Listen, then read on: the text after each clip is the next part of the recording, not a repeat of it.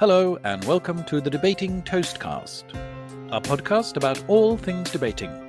From the Debate Toastmasters Club, 104 London Debaters. Well, hello and welcome to this episode of the Debating Toastcast with me, William, acting as the host. And, 104 London Debaters was founded in 2014, 10 years ago now. And, it's been going strong for all these 10 years through general elections, through referendums on various things, including, of course, the EU, through the election of Trump, through the pandemic, through culture wars and cancel culture. And, of course, in April 2023, it returned to where it all started, the Windsor Castle pub in Victoria /Westminster. And of course, one man who has been with the club throughout all of this, and indeed was one of the original founders, is none other than the distinguished Toastmaster, Paul Carroll. And I'm very delighted that our founder, I almost said our founding father, Paul, is with me now to discuss 10 years of 104 London Debaters. Welcome, Paul. Great to be here, William. Thank you. Well, we always start these podcasts when we have guests or people on here that with one important question, and that is, where are you from? And I mean, where are you really from? Understood. Well, I was born, and that's as far back as I go. I was born in the New York City borough of Brooklyn. And my father was an immigrant from Ireland, which is not unusual in New York.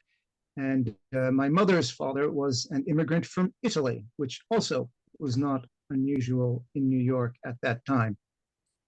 That's how I came about. And curiously, that's how I managed to get myself to London years later. Wonderful. Well, we're very glad you made it. So, Toastmastering then, how did you get into that? It was after I had been living in London for about a year, and I moved to West London. I was in the West London section of Barnes, right next to the Hammersmith Bridge. Mm-hmm. And Hammersmith was where I would do things like my grocery shopping. It just so happened by a happy coincidence that the pub where the Toastmasters Club meets, to this day, in fact, but the club where the Toastmaster Club meets, the Hop Poles, was under renovation. And so they had a sign in the window saying, while we are under renovation, the Toastmasters Club meets across the street at the Lyric Theatre.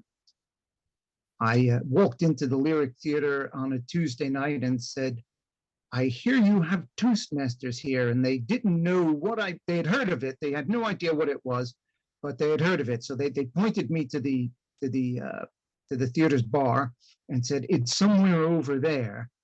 And I met them and I said, is this the club? It's very big back in the US. And they said, yes, it is. This is Toastmasters. And I did a table topic on my first night. So there we are. That was really how I almost literally stumbled into Toastmasters. So that's interesting. So you actually you were introduced to Toastmasters here in England then? Yes. I had no idea how many clubs there were in New York. There are quite a lot, and I have visited a number of them on visits home. Yeah. But no, I was not a Toastmaster until I came here. Public speaking and debate was part of my high school and university time. But once I started working, I pretty much gave it up. Yeah. And I decided 20 plus years ago, it's time to get back into it. So you mentioned that you'd done debating public speaking in school, or school/college. So is that how you got into debating in the first place? Can you say a little bit about how you got into debating at all? Well, at all, yes. It was a high school teacher of mine an imposing Jesuit gentleman named Father O'Leary, who said, "Carroll, why should the United States give the Panama Canal to Panama?" And I said, "I don't think we should, Father." And he said, "That's not what I asked. Why should they?" So I said, "Well, it's in Panama." And he said, "Fine." And he asked another boy the same question, only seeking the opposite answer. Why shouldn't we? And he said, "Well, we built it. It's ours." And he said, "Fine. You two have a debate. And you've got 15 minutes in the library to prepare.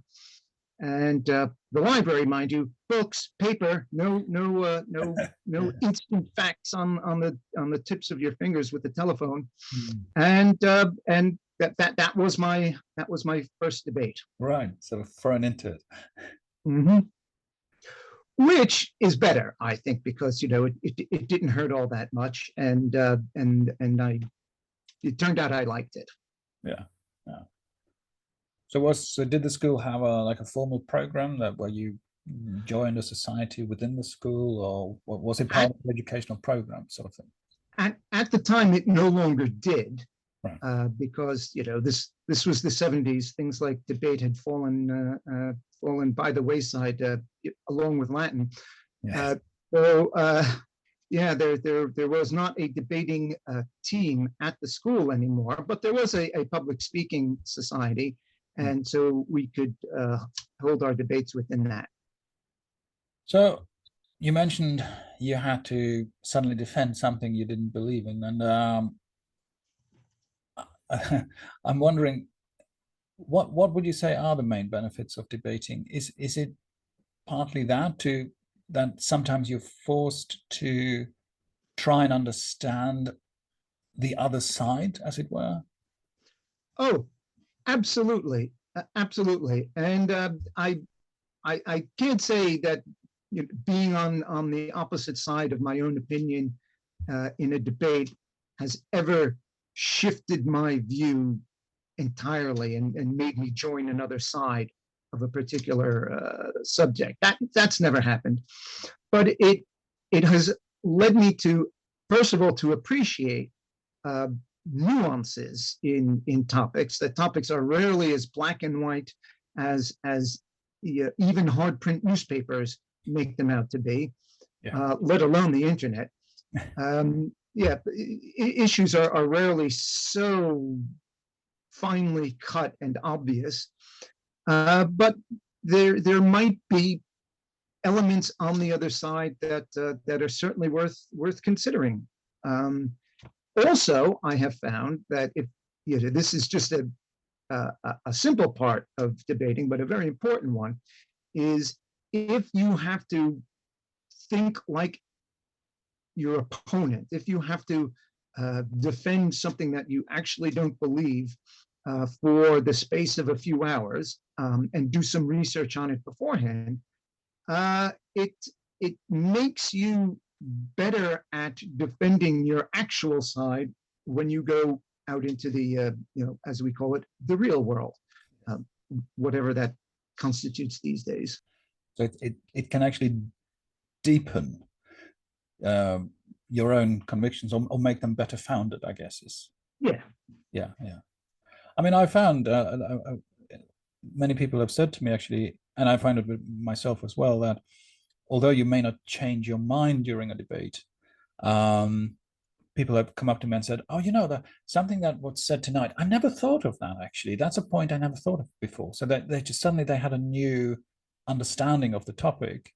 And I think particularly with the internet, you tend to end up in your own echo chamber, and only hear people's views that you agree with, because that's how the algorithms work. And perhaps joining a debate society, it's how they sell whatever it is they sell. Exactly. Yeah.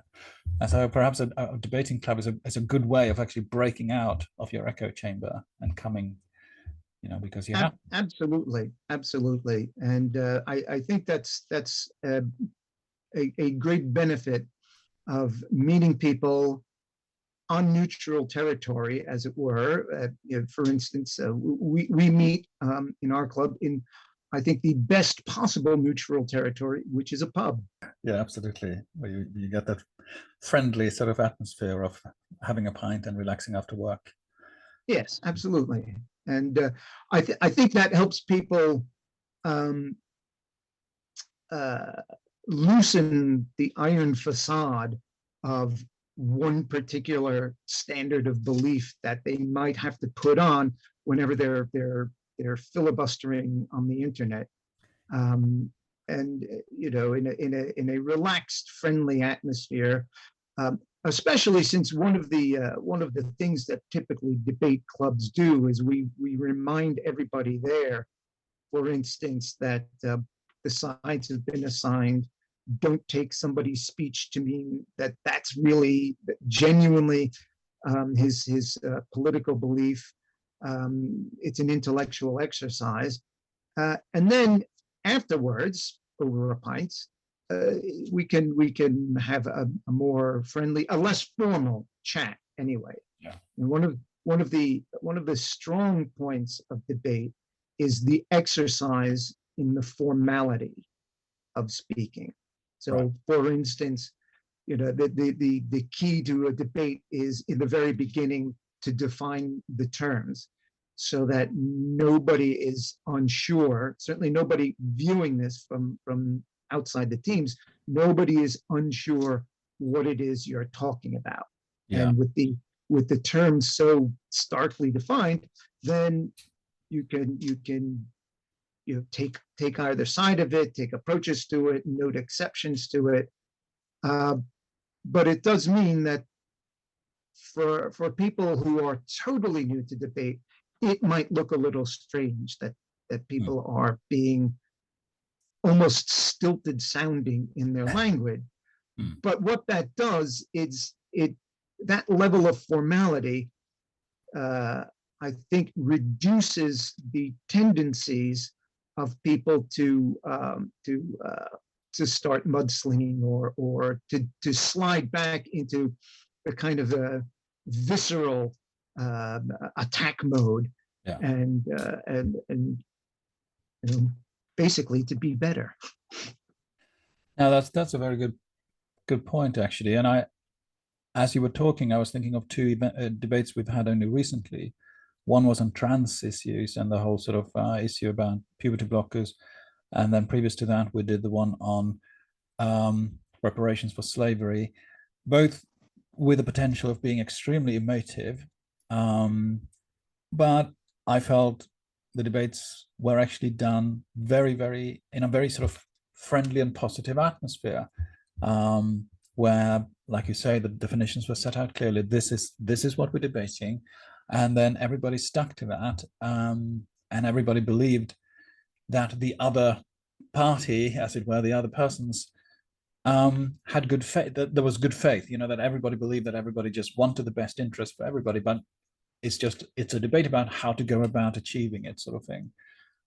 Exactly.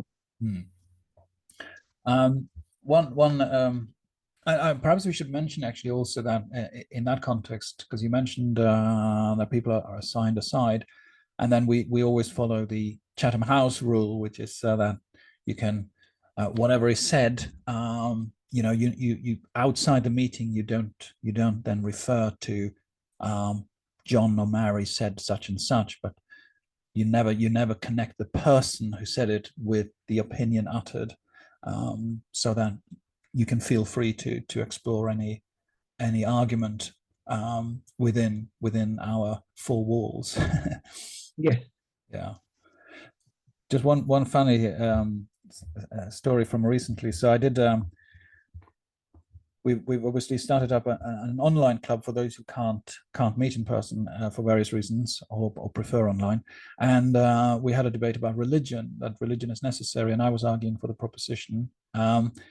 And I said, now I got the support in the end, but from the majority, which was nice. But it wasn't a motion that I entirely supported myself, which I then said afterwards. And then one of the younger members of the audience said, "But now that you've heard all your own arguments, haven't you changed your mind?"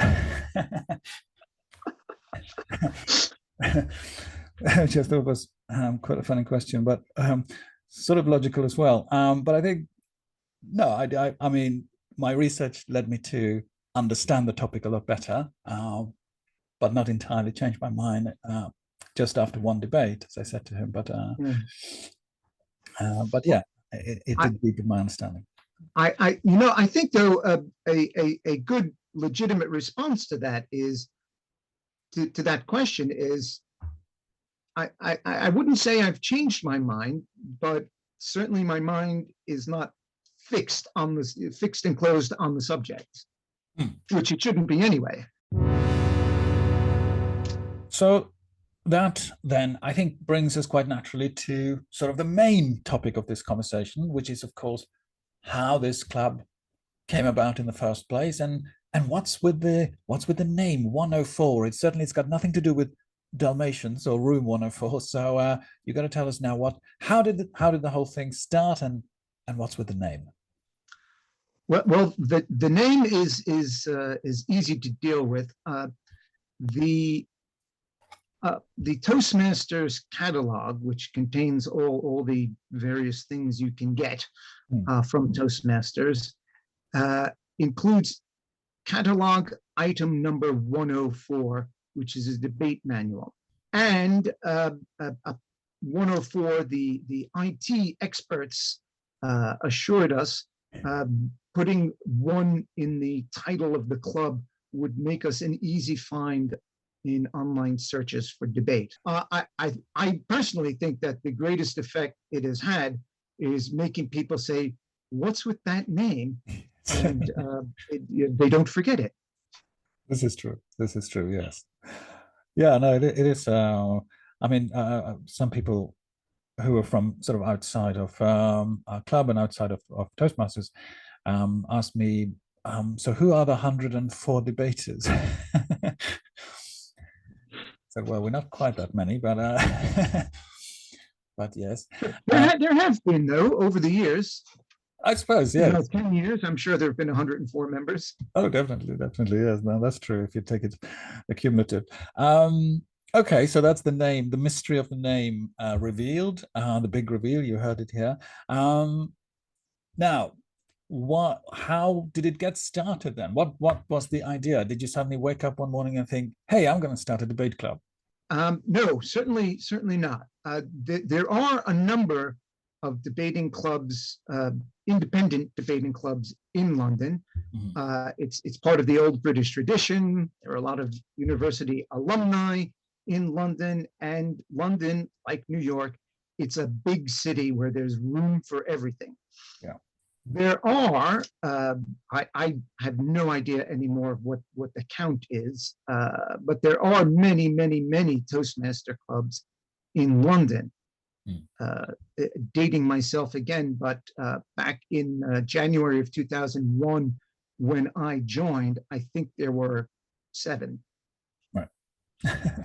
So it's great. Yeah. So there are so many, and of course, in your Toastmasters journey, as you master different aspects of public speaking and presenting and handling questions, you reach the end, and there are many things that you can do within Toastmasters that go beyond the basics, but a lot of people drift away having achieved what they think is the end.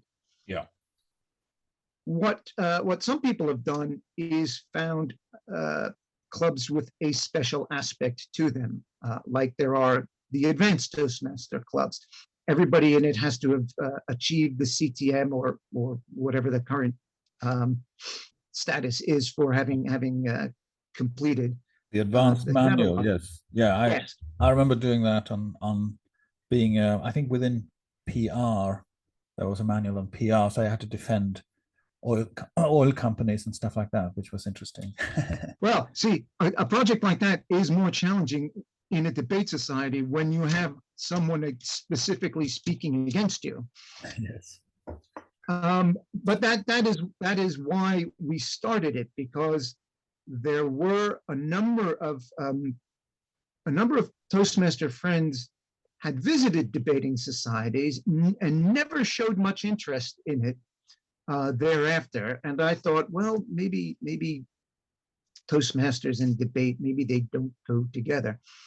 What we found when we started the club is most of our members were former Toastmasters who had reached their level, drifted away because they thought, oh, there's nothing else that there are no other avenues to explore, came back because here was a something within Toastmasters, which I think provided a certain amount of comfort because even though any debating society, the rules about respectfulness to your opponent are very strict, but I think some of the Toastmaster members just felt more comfortable with a Toastmaster club doing the debate. Perhaps because it was a framework that they were familiar with. And yes, precisely. And so we wound up with more people than I was expecting, frankly. People, a number of whom had, at my invitation, had visited other debating societies, didn't say much, and stayed away thereafter. But they came to the Toastmasters debating club and got right into it. Interesting. So what elements then would you say are unique for a Toastmasters debating club as opposed to one of the other debating societies out there? Well, as far as the debates are concerned, there really isn't all that much difference. I mean, if you notice, we have 4 main speakers, and most of the clubs, except the clubs of restricted time, but most of the clubs that meet in the evening have 4 main speakers.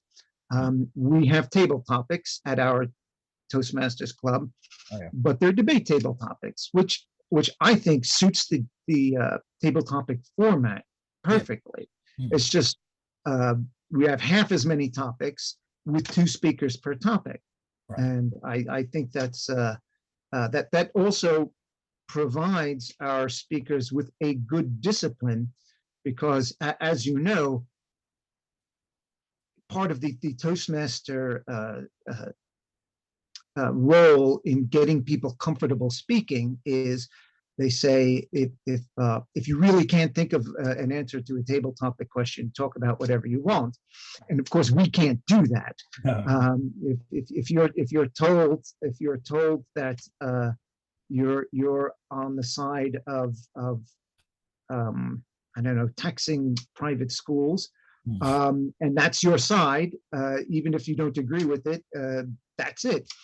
Yes. And of course, it's a table topic, so you're not expected to have all the facts and figures at your hand, but you are expected to come up with a plausible 2-minute statement of why these school fees should be or shouldn't be taxed. And we should perhaps say, for those, if you're listening now and you're not familiar with what table topics is, what that means. So in a classic Toastmasters club, you'd be asked to talk about a topic. It might, for example, be why I love London transport, London Underground transport. And then you get up, and even if you hate London Underground transport, at which point in a classic Toastmaster, like you say, you could diverse and you could say, why I love it, well, I don't love it, or something like that. Whereas a debating, in a debating context, we do a similar thing. But if you say, I believe public transport is a benefit for society, then you can't get up and say, I don't think it is that. You have to then stick to it, right? That's the key difference. And then you have 2 minutes. Of course, the other speaker may be a big supporter of public transport, but he's got to speak against it now. Yes, right. Yes. So the second one called up. And it's quite interesting as well that we when we do those table topics, people tend to really enjoy it. I mean, they think it's quite fun in a way, even if the topic is serious, people tend to really think that that's a very enjoyable part of the meeting. I mean, that's my observation. I don't know if you. Yes, and it's also, I think, a good way for new members to start debating, because a lot of people have a fear of public speaking, as you know. Yeah. And I think that could be easily doubled when you have in your head the idea that someone's going to speak against what you've just said, and Yeah. maybe you'll feel silly because you said something that was wrong or silly or dumb. And so that piles a lot of fear on people. Yeah. And in a table topic debate, you know, anybody could come up with a minute or so about almost any subject. I mean, that's why we try not to ask questions on very esoteric subjects that nobody's going to be able to, except an expert. Yes. We do have a couple of nuclear engineers in the club, interestingly enough, but outside of them, you don't want to start asking people about why fission versus fusion is a good thing. And then another thing with Toastmasters, which is very important, is obviously the evaluation. So, but is there time to give individual evaluations in a debate evening, or how is that done? No, I don't think that works, and I think it might have been before you actually joined the club, but we did try, and we for the four main speakers, because they're doing manual speeches, for the four main speakers, each one got an evaluation, but it was either before the conclusion of the debate, in which case people were bored and then kind of forgot about what the debate was about when the summary speakers were trying to speak, or it was after the debate entirely, and it just seemed to go on and on and on after the debate on the evaluation. And we decided that what we should do is keep the debate evaluation, because the one thing everybody in the club had in common was being there to learn debating. So we stuck to the debate evaluation and left the individual speech evaluations to the individuals in the club. So you can have someone in the club who is an experienced Toastmaster give you your written debate, given your written speech evaluation, but we don't have it delivered publicly as at a regular Toastmaster club. Right. That is one of our big differences. I suppose it is, yes. But we do have obviously the option of having a mentor assigned to you, so you can sort of connect with a senior or more experienced member, and he or she can actually give you personal feedback. So I suppose that makes up for it a little bit for those who. Yes, absolutely. I mean, we get plenty of feedback one way or another. Okay, so over these 10 years then, 2014, you sort of kicked off, and then what would you say have been the main challenges, the main perhaps difficulties over these 10 years of running the club? Well, the main challenge, meeting to meeting, and this is again one of the things that makes our club different from another Toastmasters club, is getting the whole package of speakers together.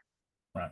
Because as you know, in a busy city like London, with evening meetings, there might come a time when somebody is, say, stuck at work. Yeah. And if it's a regular Toastmasters club, that doesn't matter so much, because that person's speech was not integrated into anyone else's speech. Right. But for us, it is. Of course. And yeah. it makes it a bit of a challenge, because you need to get a commitment from people. Look, this particular Tuesday night, you really need to be there. because. And also a challenge is sometimes to persuade, this is more true of newer members, but to persuade people to take the side that they don't agree with. Right, Because, I mean, it's just a natural, visceral response. I would never defend X. Hmm. Almost universally, when I've spoken to people afterwards, they said, yes, that was an interesting experience. It was an enlightening or a mind-broadening experience to defend the side that I don't agree with. Yeah. Very, very rarely, and feel free to edit this part out,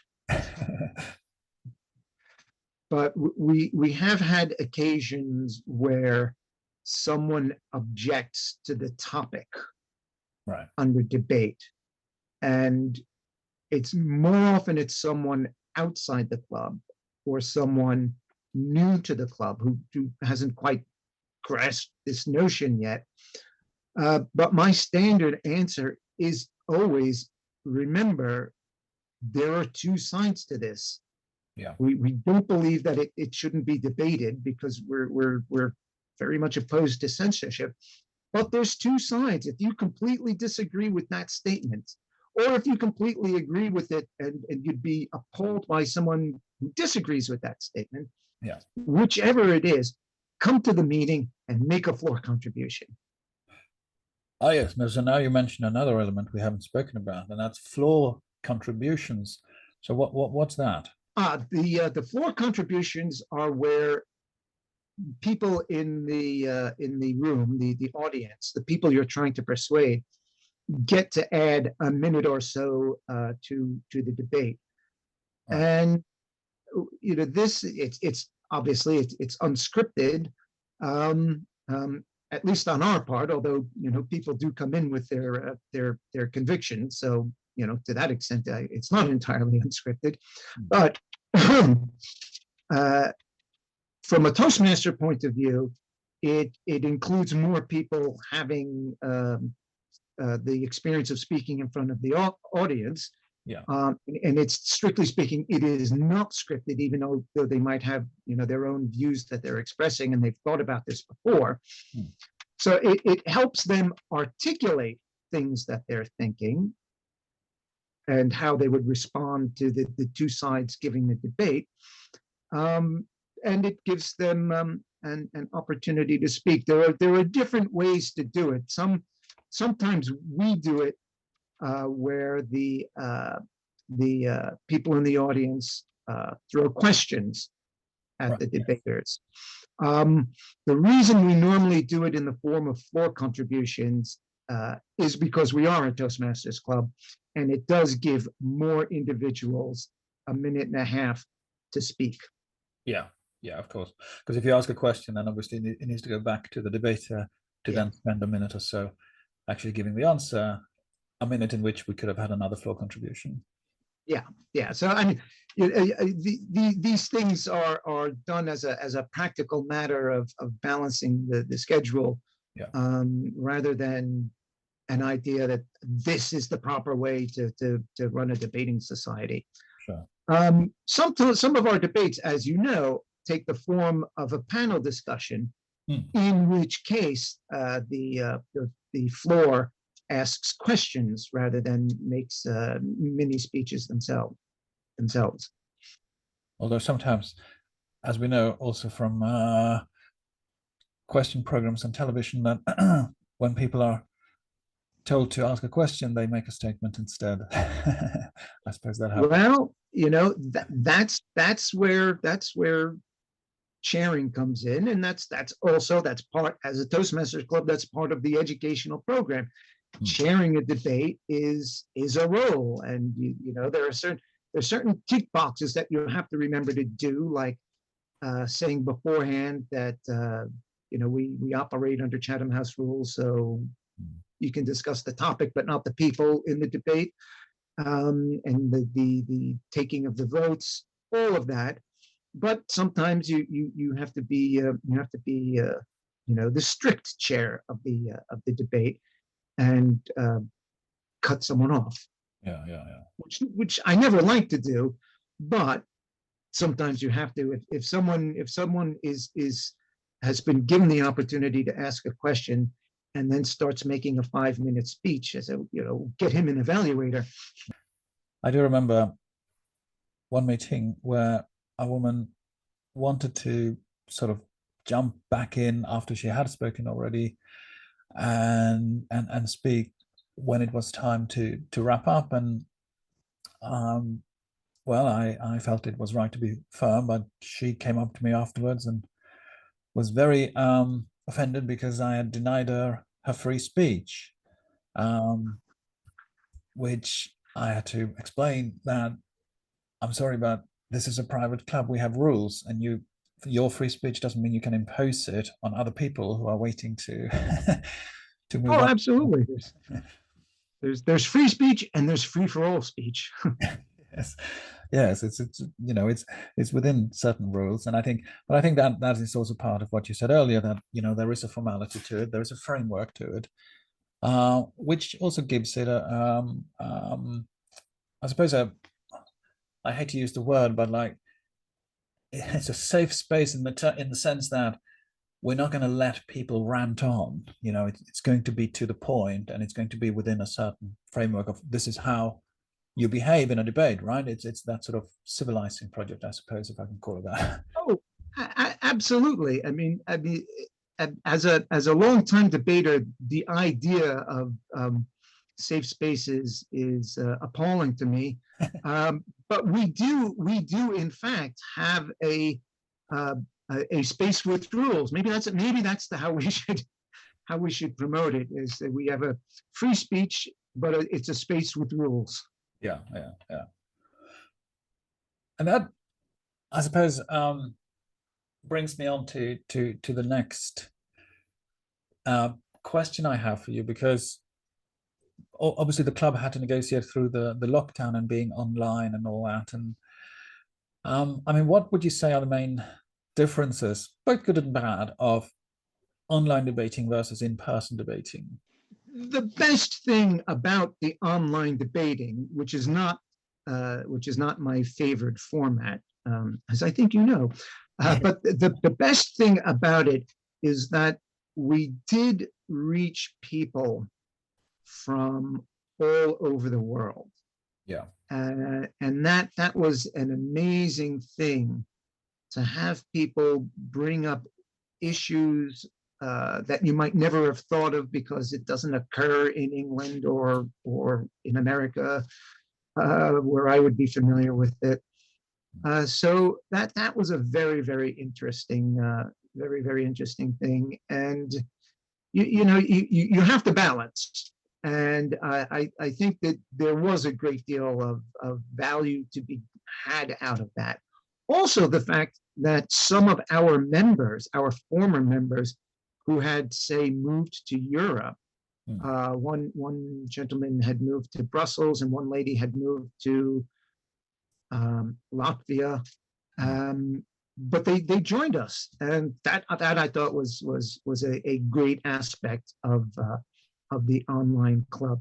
But in-person debating is just better. There is a I guess I'd call it a je ne sais quoi, about being in the same room with people.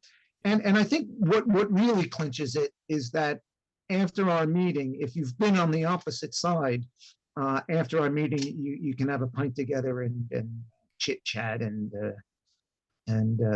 you really, the point is driven home that we are all friends, and this is an intellectual exercise.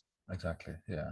So that I think is why in-person debating outweighs online debating.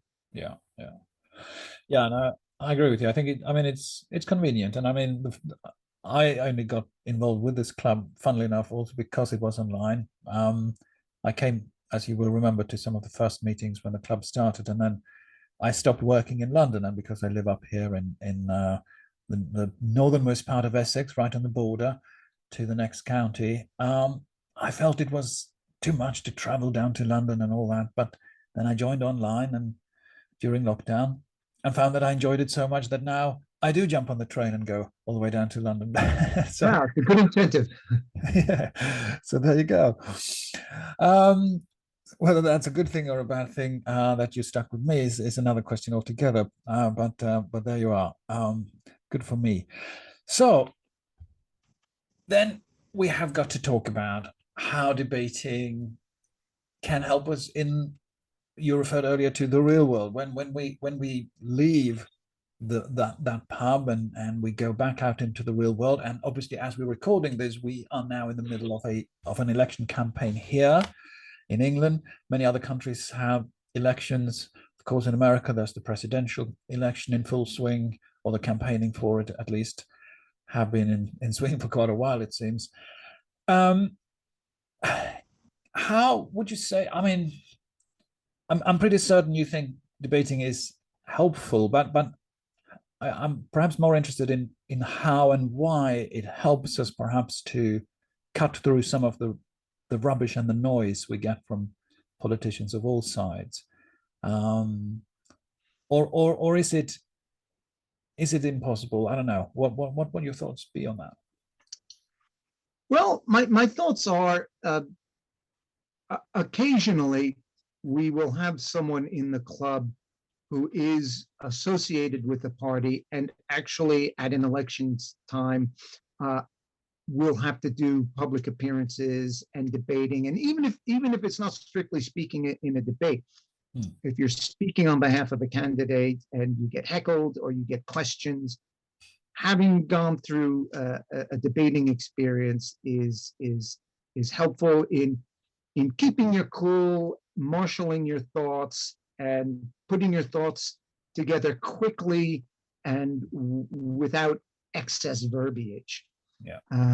We have a former member who has been abducted by a political party to stand in Wales at this election has mentioned, it's a very good way to collect yourself and just keep that knot in your stomach from becoming too bad.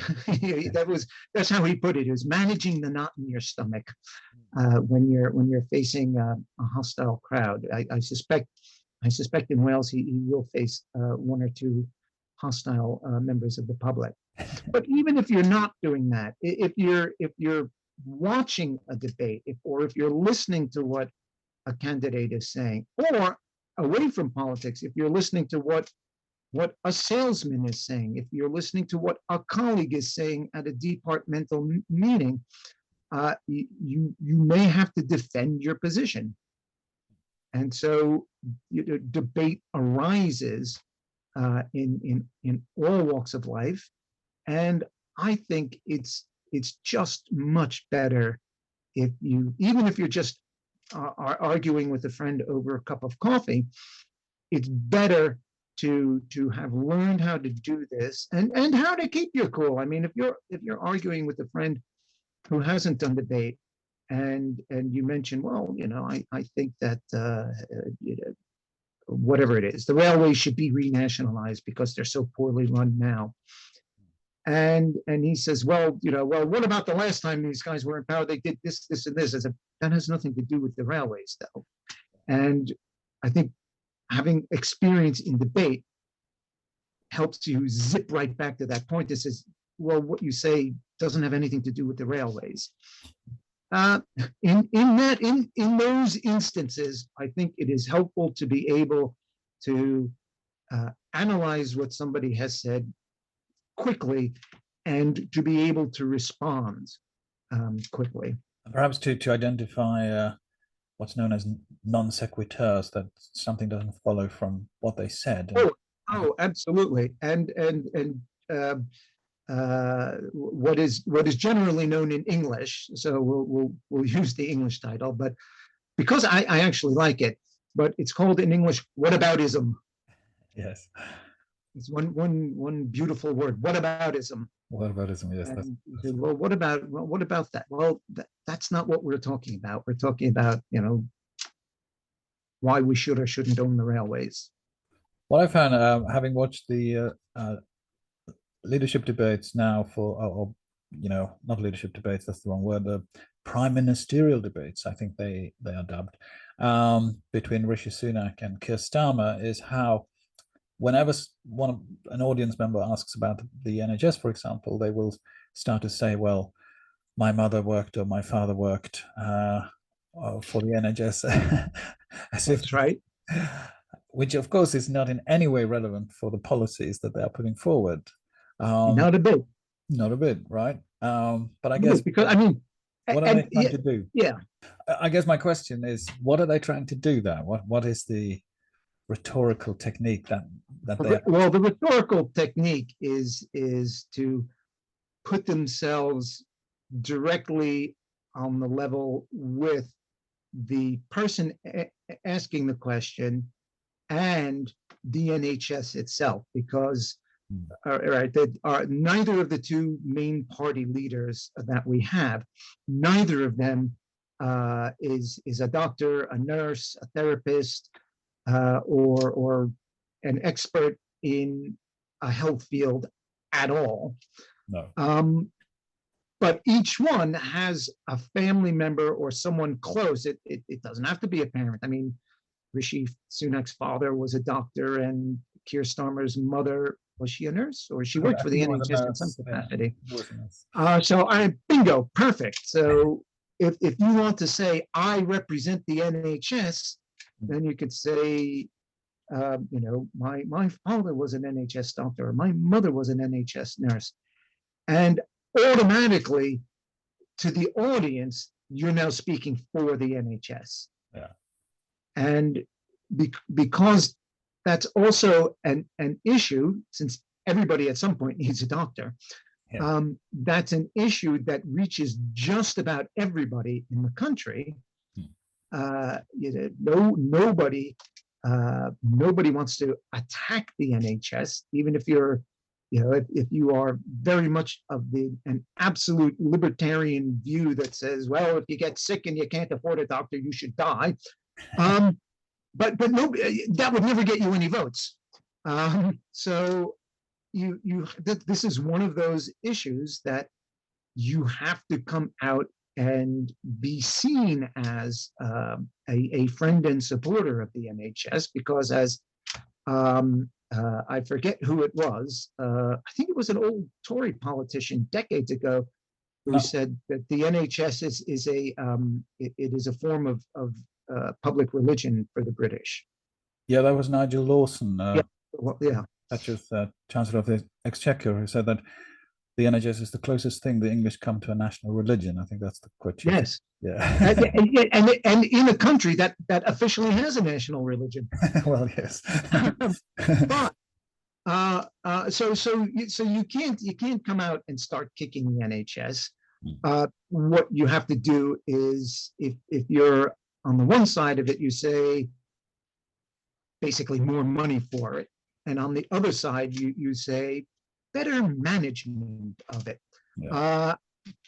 Either way, though, you have to connect yourself in the eyes of your audience, or that is how politicians see it, I should say, is that you have to connect yourself to the NHS in the eyes of the audience. So whether it was your mother or your father or an uncle or a neighbor who taught you something important when you were a lad, you have to connect yourself to it, and that does it. But yes, you're right. I forget what the name of the rhetorical device is, where you're identifying yourself with an important issue, but that's it. There's a book I read recently called "Persuading People: An Introduction to Rhetoric" by Robert Cockcroft and Susan Cockcroft, and they say that that ethos has to do with a combination of personality and stance. In other words, that people can trust you as a person, and that also your stance is reasonable, that they sort of sympathize with your stance, and that the combination of those two creates the ethos. That's what they say. I don't know if you feel that that's a fair Mhm. description. Yes, yes, that's a good way to put it. It's an understandable way to put it. Well, It's yes. much more straightforward than Aristotle's way of putting it. I think I want to ask you now whether there's been anything from your previous 10 years in the club that have really surprised you. Nothing. There hasn't been anything very shocking to me. What has surprised me occasionally, and one of the things that makes me bite my tongue a little when we're discussing topics for future debates.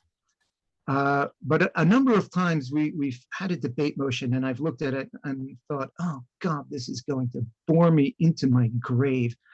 And it hasn't. And it hasn't. And the reason it hasn't is because people when they get stuck in and find, whatever there is that's possibly interesting to say about a subject, it comes out in a debate. And so I've been, any number of times, I've been very, very pleasantly surprised that not only is it important as an exercise, because it is, but they've actually made a topic that I thought kind of dull sounding quite interesting. Yes, no, I agree. I have found a similar thing. There's been topics that I thought, well, I'll come and I'll listen to it just to give my support, but God, and then I thought, hey, that's really interesting. Actually, I actually learned something from this debate, and that was actually quite interesting. So yeah, no, that's a good point. And that, I guess, leads us then to my last question that I have prepared at any rate, and that is, what would you say constitutes a good debate? What and perhaps also then vice versa, what constitutes a bad debate? In your view, as a listener, as someone who listens and hears a debate, what would you say? Well, in a good debate, first of all, the two sides, although they disagree, they do agree on what they're arguing about. Because if you're not arguing over the same point, then the whole thing is irrelevant. Yeah. Because you're now, of course, I should have thought of an example beforehand, and I can't think of one right now. But I think you know what I mean. That sometimes when they're ill-defined, which is why I said the definition at the very beginning is so important. Yeah. When they're ill-defined, the two sides aren't arguing over the same point. Now, in a good debate, even on those topics that I thought would be boring, like the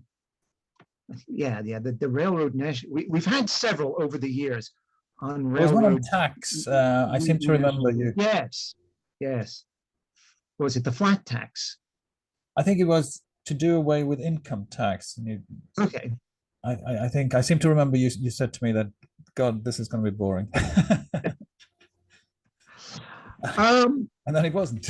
And it wasn't. But I mean, the two sides, of course, they disagreed, but they did at least agree on what they were disagreeing about. And then from there, you build on the what's important about tax, and how it's not necessarily that it should be a high tax or a low tax, but whether it should exist at all, and how a modern society might be dependent on it, et cetera, et cetera, et cetera.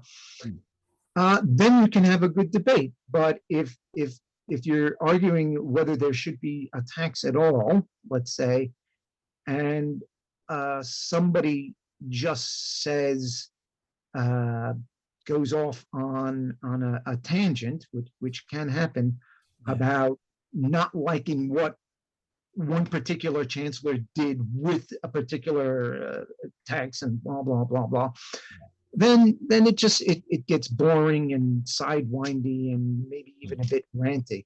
But a good debate on the subject of whether there should be an income tax as opposed to some other tax, or as opposed to government not raising any money at all.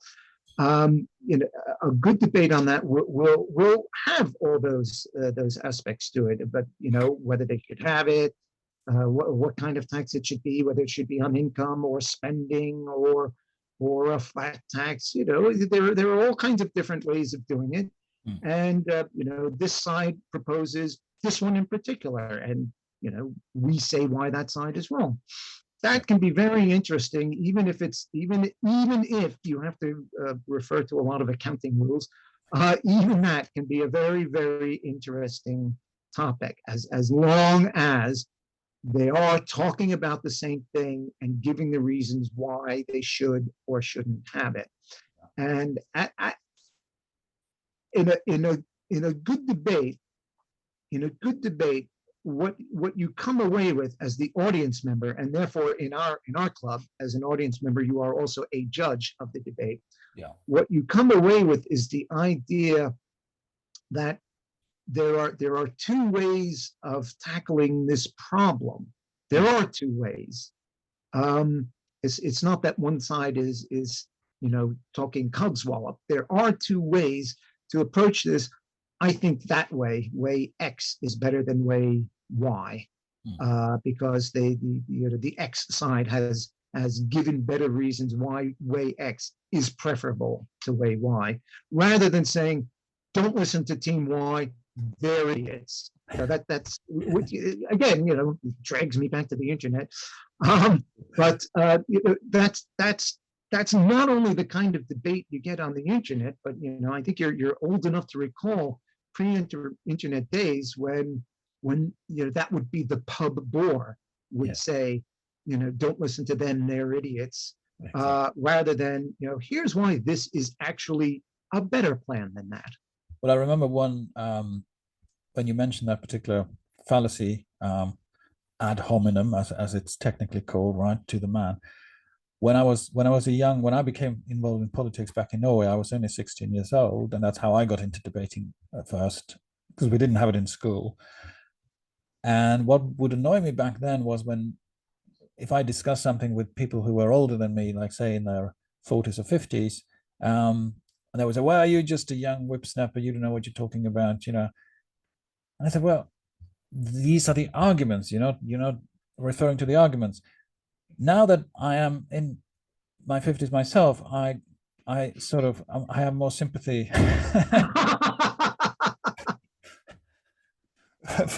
for the fact that I didn't know what I was talking about. They were actually right. But it still doesn't change the argument, I suppose. No, you're absolutely right. Some of the people that said things like that to me in when I was in my teens, they're all dead now. Well, yeah. And I wish I could say, you were onto something there. The experience of many years of life will make a difference. However, it's not a good answer to the teenage Hager to say, oh, what do you know? You're just a teenager, because it doesn't say what was wrong with what you were saying. Now, it could be that in the youthful zeal of someone who has learned something, learned it from a teacher, but has not gone through the experiences in life that make your outlook more nuanced.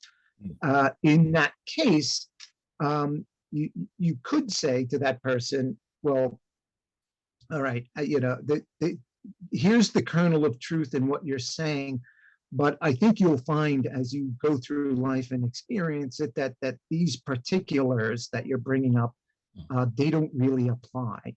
Yeah. That would be a better way to deal with someone who has just learned something from a book and in a teenage zeal is rabbiting it or parroting it, or whichever animal metaphor you want. But is barracking it back at you straight from the book. No, don't. It's tempting to say, well, in 50 years' time, you'll see things very, very differently, because it's true. That's one of the few things I think you can you can rely on is that 50 years from now, a teenager is going to think differently than he or she thinks today. But that is too dismissive, and it's better to put in there a good debaterly note of, well, here's where I think what's wrong with that, and I ask you, since I won't be around when you're my age, I won't be around, but I ask you to think about your particular examples and whether you still stand by them when you're 60 as you do when you're 18. So as we're entering then the, I guess, final round of our conversation, I must ask you, we're in a situation where we hear expressions such as cancel culture and trolling and all of that, and people have, we talked about safe spaces and people having a problem with sort of perhaps understanding the concept of free speech as being a free exchange of ideas. Where do you think we fit into that as a little debating club, or do we at all? Well, as a debating club, and specifically, if I can say, as an in-person debating club, I think what we do, on the one hand, in a very practical sense, is we attract people in and give them the importance of the lesson, or listening, evaluating, trying to think about problems logically. And we hope that they will bring that forward into their daily lives. As I've said, the at work de facto debate is could be more important to you and your future career or how you live your life than a televised debate of political bigwigs. Yeah. And I think if we can attract some people to it, then it keeps the idea from dying out completely.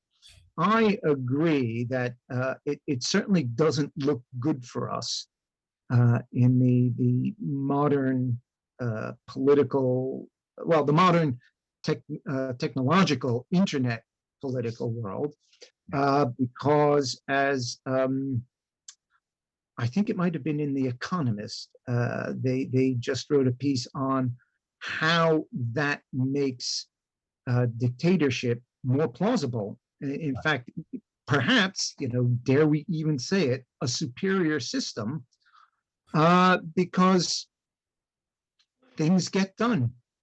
The same kind of problems don't arise. You don't have a local council all tied up in what they're going to do about the sewage if a dictator can say, do this.